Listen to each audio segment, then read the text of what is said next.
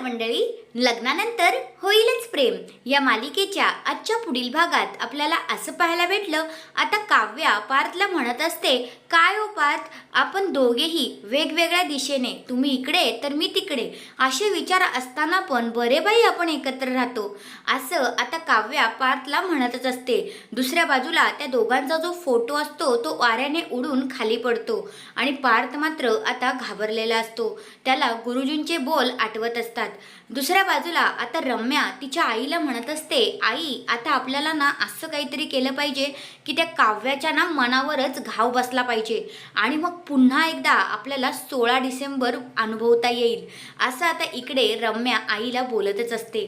आणि मग आता त्या दोघेही ठरवतात की आता असं काहीतरी करायचं आणि काव्याचा जो संसार चालू आहे तो उद्ध्वस्त करायचा. आणि पार्थला तर काळजी वाटतच असते. म्हणून आता पार्थ काय करतो, आपल्या काव्याला म्हणतो, काव्या मला एक वचन द्या, तुम्ही मला सोडून कधीच कुठेच जाणार नाही, कितीही संकट आली तरी तुम्ही माझी साथ कधीच सोडणार नाही, असं आता पार्थने काव्याकडून वचन घेतलेलं असतं.